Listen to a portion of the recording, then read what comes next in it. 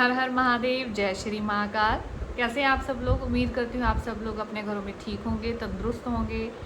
महादेव की कृपा आप सब बनी रहे। मैंने आप लोगों को बहुत मिस किया। एक्चुअली मैं कुछ अपने थोड़े निजी कामों में बिज़ी होने की वजह से मैं वीडियो नहीं बना सकी, रूबरू नहीं हुई।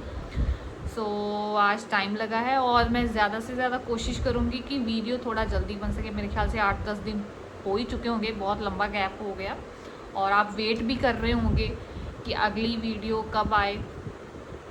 मैंने भी बहुत मिस किया है। आज हम बात करेंगे टॉपिक जो होगा कुंडलिनी के ऊपर।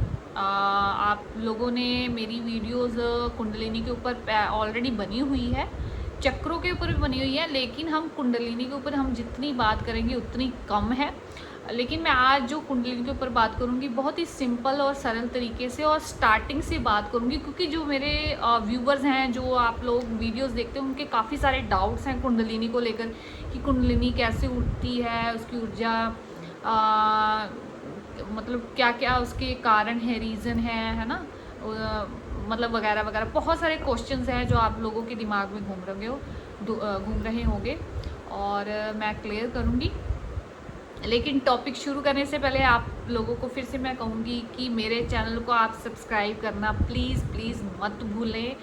जितना आप सब्सक्राइब करेंगे उतने लोग आगे वीडियो शेयर करेंगे, वीडियोस को देखेंगे, उनको भी मोटिवेशन मिलेगी और मुझे भी अच्छा लगेगा। ये सब महादेव की कृपा है और आप लोगों का प्यार और आशीर्वाद है। तो टॉपिक शुरू करते हैं। देखिए, कुंडलिनी की ऊर्जा कैसे ऊपर उठती है, कुंडलिनी कैसे जागृत होती है। बहुत सिंपल सा तरीका है और काफ़ी जो लोग हैं उनके दिमाग में ही चलता होगा। और मैं बात करूँगी आज कि कुंडलिनी जो है उसकी ऊर्जा जो है हम साधना द्वारा, पूजा पाठ द्वारा, नाम जप द्वारा उसकी ऊर्जा को उठा सकते हैं, उसे जागृत कर सकते हैं। जी हाँ, देखिए बहुत सारे लोगों को डाउट्स होंगे कि नहीं, जो कुंडलिनी है बहुत इसकी कोई बहुत लंबी कुछ साधना करनी होती होगी यहाँ समाधि में वगैरह। देखिए, इसके भाई बहुत सारे कारण होते हैं कुंडली को जागरण करने के लिए। लेकिन देखिए, सबसे पहले बात तो मैं आपके दिमाग से हटा दूँ कि सिर्फ ये नहीं है कि कुंडलिनी जो है, जो संत महात्मा होते हैं, जो साधु संत होते हैं, सिर्फ उनकी उठती है, ऐसा बिल्कुल नहीं है।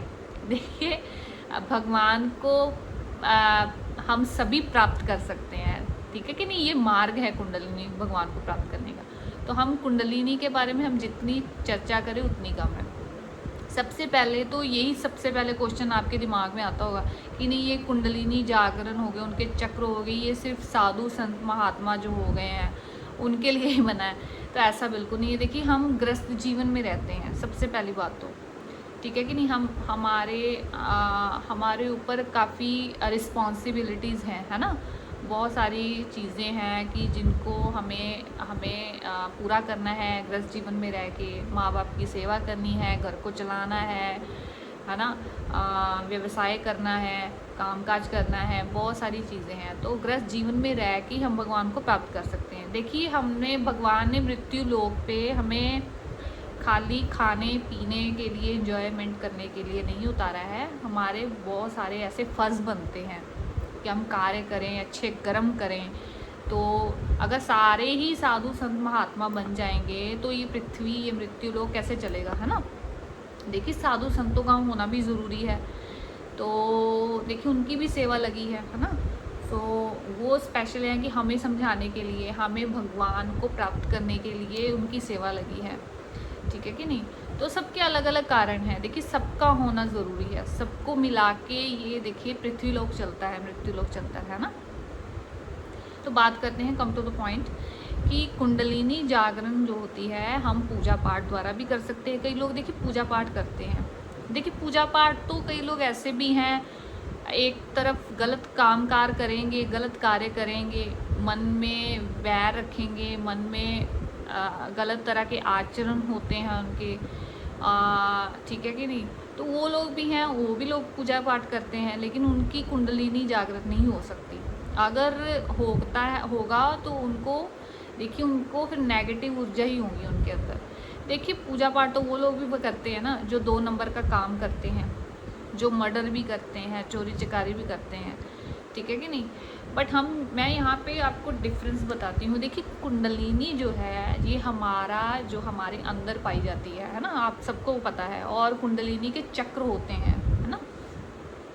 कुंडलिनी जो है वो 3 नाड़ियों को मिलाकर बनती है। ये कुंडलिनी किसके अंदर पाई जाती है? हम इंसानों के अंदर पाई जाती है, रीढ़ की हड्डी के अंदर। और इसका जो स्टार्टिंग पॉइंट होता है सबसे पहला वो नीचे मूलाधार चक्र, जहाँ पे हमारा जैसे जहाँ पे प्राइवेट पार्ट होता है उसकी बैक साइड जो बोन का बिल्कुल निचला सिरा होता है जिसको हम गुद्दा बोलते हैं, जो कुंडलिनी का जो मेन सिरा वहाँ पे पाया जाता है। और वहाँ से जब ऊर्जा यहाँ से होकर नीचे की तरफ जाती है होकर गुजरती, सबसे पहले वो वही ऊर्जा जो है टच करती है सबसे निचले सिरे पे।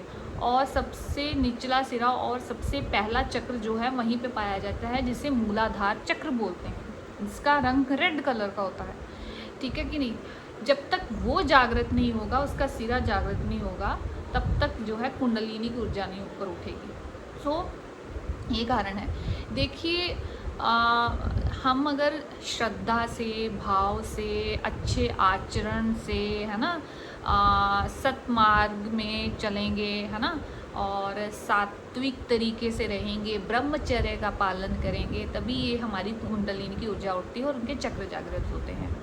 देखिए एक तरफ वो इंसान है जो गलत कार्य करते हैं, गलत खाते हैं, पीते हैं, गलत आचरण करते हैं, और वो फिर पूजा पाठ करेंगे, ये वो चीज़ें करेंगे, लेकिन उसका उल्टा ही असर होगा, उल्टा ही उस इंसान का आहिस्ता आहिस्ता सत्यानाश होना शुरू हो जाएगा। उसका शरीर भी खराब होगा, चक्र खराब हो गए, उससे नेगेटिव ऊर्जा आएगी, गलत चीज़ें, गलत सपने आने शुरू हो जाएंगे। सो हम वो चीज़ें ना करें, ठीक है कि नहीं। हम कोशिश करें कि हम सतमार्ग पर चलें, हम कोशिश करें कि हम किसी के बारे में गलत ना सोचें, हम कोशिश करें हम अपने अंदर सत्वगुण लेके आएँ, हम कोशिश करें कि हम अपने ब्रह्मचर्य का पालन करें। ब्रह्मचर्य के बारे में मैंने बहुत बार बोला है कि सबसे मेन जड़ होती है कुंडलिनी को जागृत करने के लिए ब्रह्मचर्य का पालन करना। अब ब्रह्मचर्य के ऊपर भी काफ़ी लोगों को डाउट्स होते हैं, उनके उल्टे सीधे क्वेश्चंस होते हैं। मैंने काफ़ी लोगों को देखा है कि ब्रह्मचर्य का मतलब है कि गलत चीज़ें वगैरह नहीं करनी, है ना, गलत गंदी मंदी चीज़ें या कुछ उल्टा सीधा नहीं करना, तो दूसरी डायरेक्शन में ले जाते हैं। तो नहीं, गलत नहीं करना, है ना, गलत किसी के साथ नहीं करना या वगैरह वगैरह। तो अगर नहीं करेंगे तो उसको ब्रह्मचर्य नहीं, वो ही चीज़ खाली नहीं आ जाती। देखिए ब्रह्मचर्य मैरिड लोग भी पालन करते हैं, वो सिर्फ आपस में, देखिए अपने पति पत्नी उनका आपसी बस होता है, वो बाहर इधर उधर वो देखिए गलत किसी पे गलत नज़र नहीं डालेंगे, किसी के बारे में गलत जो सोच नहीं रखेंगे, है ना। तो और सात्विक भाव से ही हर किसी को देखेंगे, है ना, और उनके अंदर सात्विक गुण होते हैं, ठीक है कि नहीं, और उनका खान पान अच्छा होता है। ये देखिए ब्रह्मचर्य सबके लिए है, ठीक है कि नहीं। ब्रह्मचर्य एक बच्चे से लेके बूढ़े तक के लिए है, ठीक है कि नहीं। हम कोशिश करें कि हम जितना हो सके, ब्रह्मचर्य का मतलब ये है कि हम गलत सोचें ना, गलत करें ना, गलत खाएं ना, गलत पिए ना, ठीक है कि नहीं। अपनी इंद्रियों को हम काबू रखें, ठीक है कि नहीं। और जितना हो सके हम सात्विक भोजन करें, है ना, सात्विक हम अपने अंदर गुण लेके आए। हम अगर किसी के बारे में सोचे, अच्छा सोचे, चाहे वो दुश्मन हो चाहे दोस्त हो, हम हर किसी के बारे में समान सोच रखें, चाहे जीव हो, जंतु हो, प्राणी हो, वस्तु हो, ठीक है कि नहीं। सबके लिए अच्छा सोचें, अच्छा करें, ठीक है कि नहीं। तो क्या कहते, गलत आचरण जो है ना करें, हम गलत चीज़ों से, गलत गुणों से दूर रहें, है ना, गलत ना करें। तो ये सारी ब्रह्मचर्य में आ जाती हैं। तो हम कुंडलिनी को अगर उठाना है, कुंडलिनी की ऊर्जा को उठाना है, तो हम अपने अंदर सद्भावना लेके आएँ, सात्विक भावना लेके आएँ, ब्रह्मचर्य का पालन करें। वही मैंने बोला ना, देखिए पूजा पाठ वगैरह, साधना वगैरह तो गलत लोग भी करते हैं, वो क्या करेंगे कि सुबह मंदिर जाएंगे और शाम को गलत चीज़ें करेंगे, तो इसका मतलब ये थोड़ी ना कि वो भगवान को प्राप्त कर लेंगे, उनकी कुंडलिनी ऊर्जा उठ जाएगी, बल्कि उनके साथ और उल्टा होगा। ठीक है कि नहीं। कई लोग ऐसे हैं, अच्छा साधना वगैरह करेंगे, पूजा पाठ करेंगे, शाम को नॉनवेज खाएंगे, उनके साथ भी वो और ज़्यादा उल्टा होगा, उनकी कुंडलिनी और चक्र खराब हो जाएंगे, उनको देखना और गलत सपने आएंगे। ठीक है कि नहीं। फिर वो लोग भी हैं जो जैसे मोबाइल है फॉर एग्जांपल के तौर पर, आजकल के यंग बच्चे क्या हैं, अच्छा साधना वगैरह भी करनी है, उन चीज़ों पे भी बड़ा आजकल मेडिटेशन पर बहुत ज़्यादा दिखा रहे हैं, और शाम को मोबाइल में गलत गलत चीज़ें देखी, गंदी गंदी बातें सुनी, गंदी चीज़ें देखी, उसका भी असर होगा, वो गलत होगा, तो उनके अंदर सद्भाव नहीं आएंगे और उल्टा होगा। ठीक है कि नहीं। हम ज़्यादा से ज़्यादा कोशिश करें कि इन चीज़ों से दूर रहें।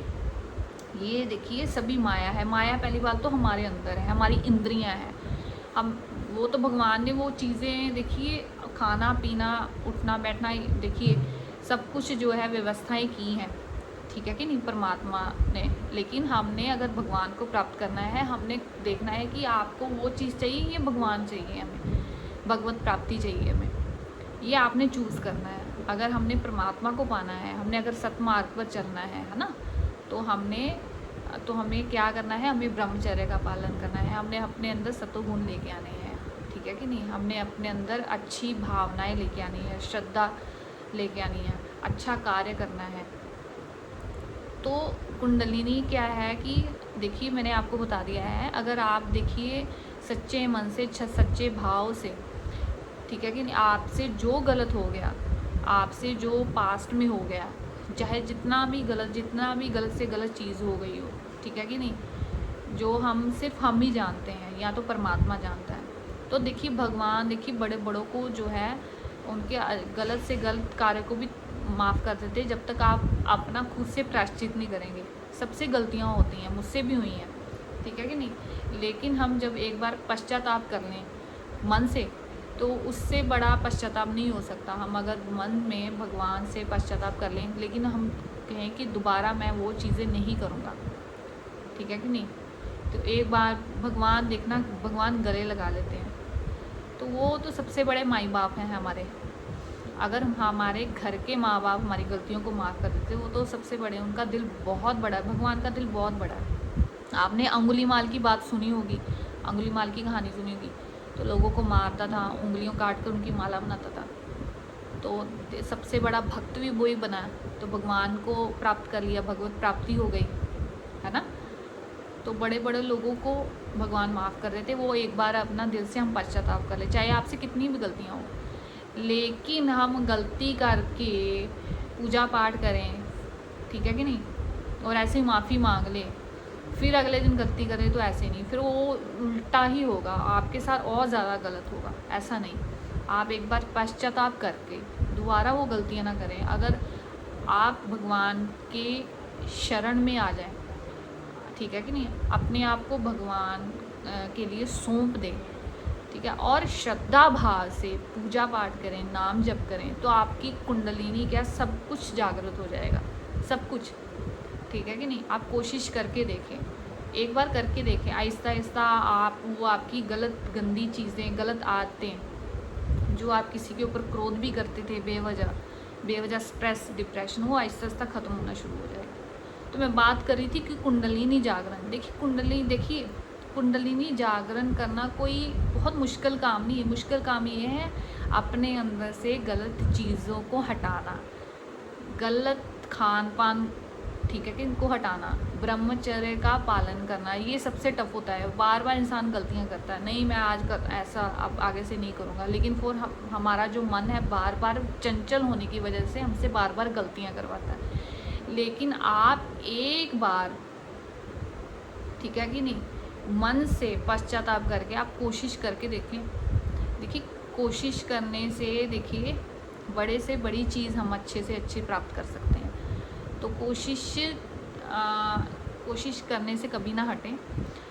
देखिए आप रोज़ नाम जप करें, आपको जो भी भगवान का नाम अच्छा लगता है, नाम जप से कई लोग जो है नहीं कहते कि नहीं सिर्फ साधना की वजह से ही मेडिटेशन हम बैठेंगे या योगा वगैरह करेंगे, सिर्फ उसी से कुंडलिनी जागृत होती है। नहीं, ऐसा नहीं है। हम अगर श्रद्धा से, मन से, अच्छे भाव से भगवान को पुकारेंगे, भगवान का नाम जप करेंगे, उनकी पूजा पाठ करेंगे, तो आपकी सब कुंडलिनी क्या सभी चक्र, सब ये जो थर्ड आई वगैरह सब कुछ जागृत हो जाता है। क्यों नहीं।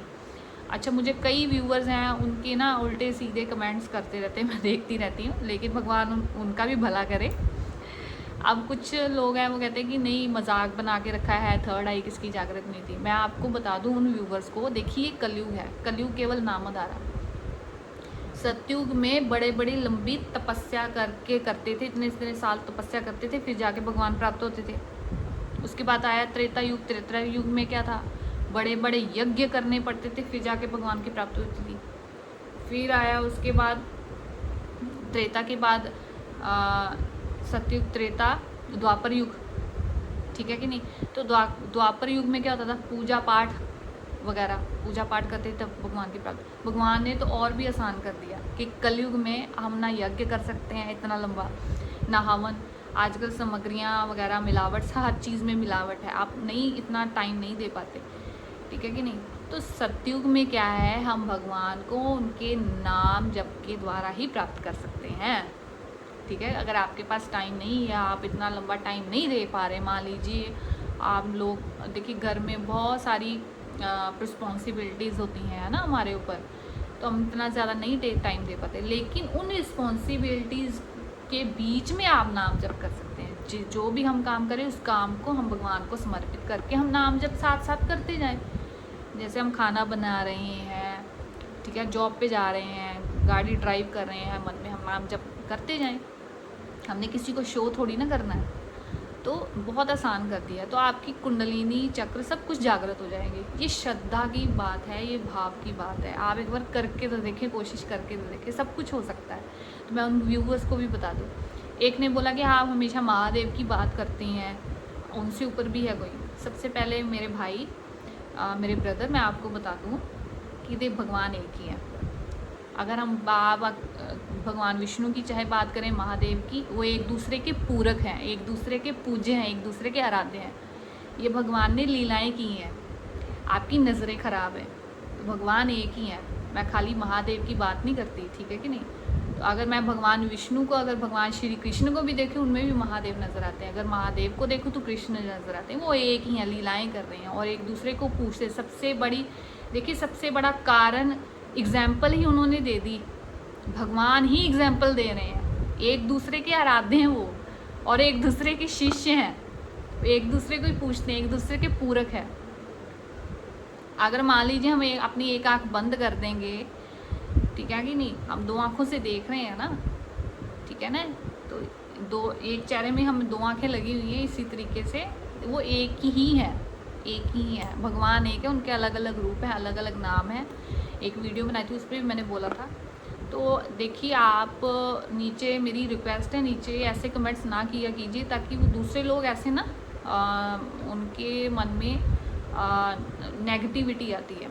भगवान एक है, चाहे आप वाहे गुरु, चाहे अल्लाह बोल लें, ठीक है कि नहीं, चाहे महादेव बोल लें, ठीक है कि नहीं, कुछ भी बोल लें, हम सब ने जाना एक के पास ही है, ठीक है, वो परम ब्रह्म है, उनके अलग अलग नाम हैं, ठीक है।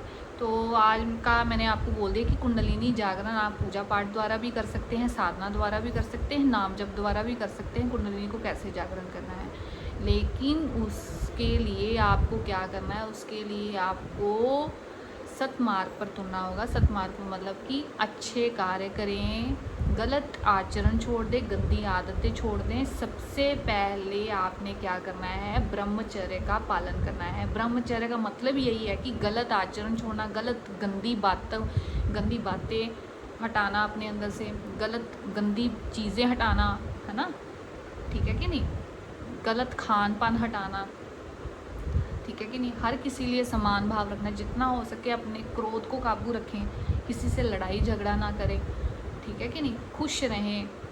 तो आपका आहिस्ता आहिस्ता आपको स्ट्रेस डिप्रेशन आजकल लोगों ने पाल के रखा हुआ है हमारे अंदर। स्ट्रेस डिप्रेशन का मेन कारण यही है, हमारे अंदर गलत आचरण, गलत चीज़ें, गलत बातें, ठीक है कि नहीं। उससे क्या होता है, फिर क्रोध उत्पन्न होता है। जब हमारे मन के हमारे जो हमारा मन चाहता है, हमारे मन के द्वारा अगर कोई कार्य नहीं होता ना, तो हमें अंदर क्या आता है, हमें क्रोध आता है, गुस्सा। तो गुस्सा क्या करता है, हमारा दिमाग ख़राब कर देता है। तो दिमाग ख़राब करने का मतलब खुद को ख़राब करना, खुद का सत्यानाश करना, ठीक है कि नहीं।